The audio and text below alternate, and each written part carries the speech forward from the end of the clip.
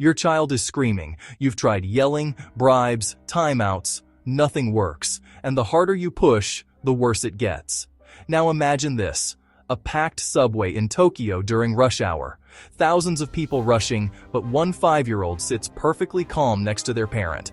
No tablet, no tantrum, just calm. What's their secret? Is it fear? Strict rules? Nope. It's something almost nobody in the US knows. A deeply rooted psychological method that builds calm, cooperative kids without shouting. Today, I'm revealing 8 Japanese parenting rules that will change everything you thought you knew about raising children.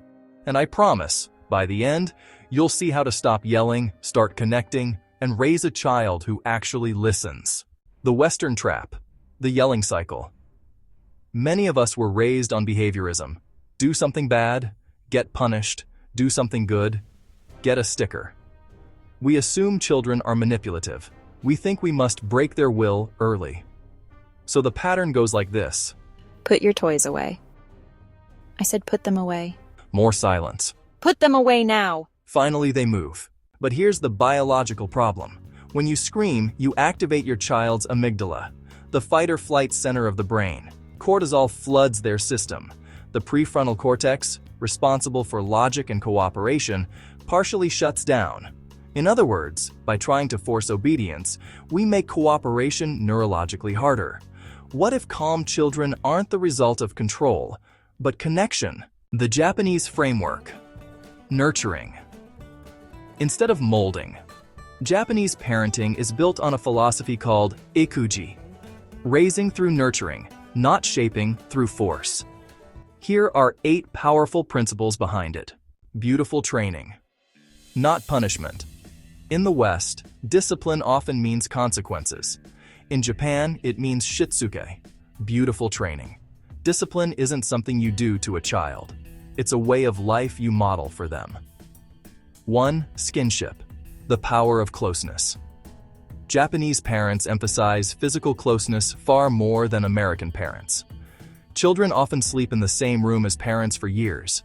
They're carried often, hugged frequently. This skinship increases oxytocin, the bonding hormone, and lowers baseline cortisol. When a child feels deeply secure early on, they don't obey out of fear later. They cooperate out of attachment. The proximity rule. You rarely see a Japanese parent yelling across a playground. Instead, they walk over, kneel down, speak softly at eye level. Compare that to shouting from the kitchen. Distance creates threat. Proximity creates safety. When you get physically close, you activate your child's social engagement system. Cooperation becomes natural instead of forced. Meiwaku, the no-bother principle in the US, we emphasize individual rights. My toy, I want it, I'm upset. In Japan, children are taught early about meiwaku, not causing trouble or burden to others. Don't run because I said so. If you run, the people downstairs might be disturbed. It's not authority driving behavior. It's empathy. Children learn to think, how do my actions affect the group? Gaiman, practicing emotional endurance. At a checkout line in Chicago, a child cries for candy. A parent might give in out of embarrassment or Snap in frustration. In Japan, parents practice gaman, patient endurance. I see you really want that. It's hard to leave it. No bribes, no threats, just calm presence. This builds the prefrontal muscle responsible for delayed gratification, one of the strongest predictors of adult success. 1. Shokuiku, food as character education. In Japan, lunch is not just eating, it's education. Children serve one another, clean together, express gratitude. When one father in Houston began involving his son in meal preparation and cleanup rituals, entitlement tantrums dropped dramatically within weeks. Why? Because the child felt like a contributor, not a consumer. 1. The gift of independence. In Tokyo, it's common to see 7-year-olds taking public transit alone. In many parts of the US, that would spark alarm. Japanese parents give small, manageable risks.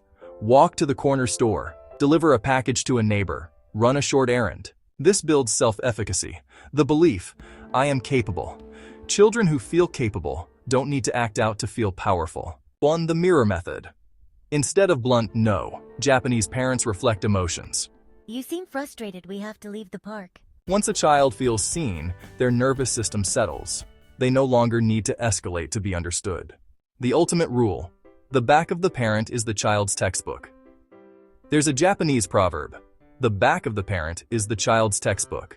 If you want a child who doesn't yell, you cannot yell. If you want patience, you must model it, especially when they are at their worst. Children don't learn from lectures, they learn from watching. The CALM framework. To apply these ideas, think calm, C, connection before correction. Touch their shoulder, get to eye level. A, attachment daily, 15 minutes of undistracted floor time. No phones. L, logical limits. Explain why, not because I said so. M, modeling. Demonstrate the behavior you want to see.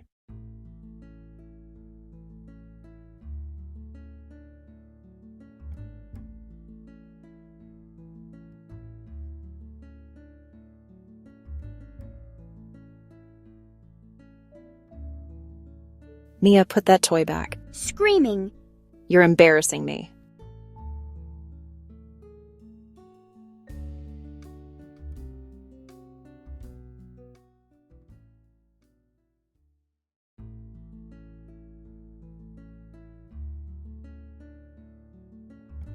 I see that toy looks really fun. It's hard to leave it.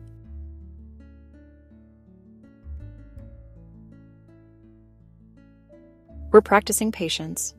Let's say thank you to it and put it back. It sounds simple, but acknowledgement bypasses the fight or flight response. And over time it works. What happens when you stop yelling? There may be an extinction burst. When you switch from shouting to calm, your child may test the new boundaries. Behavior can get worse for a few days. Stay steady. If they scream, whisper. If they push, offer closeness. You can't have a power struggle with someone who refuses to fight. A 30-day roadmap: weeks 1 to 2, proximity phase. No shouting across rooms. Walk over every time. Weeks 3 to 4, skinship phase. Increase physical affection by 50%. Month 2, empathy phase. Use Meiwaku language. Teach group awareness. Results: children begin seeking you before acting out. The identity shift. This approach requires something deeper than new techniques. You are no longer the boss. You are the guide.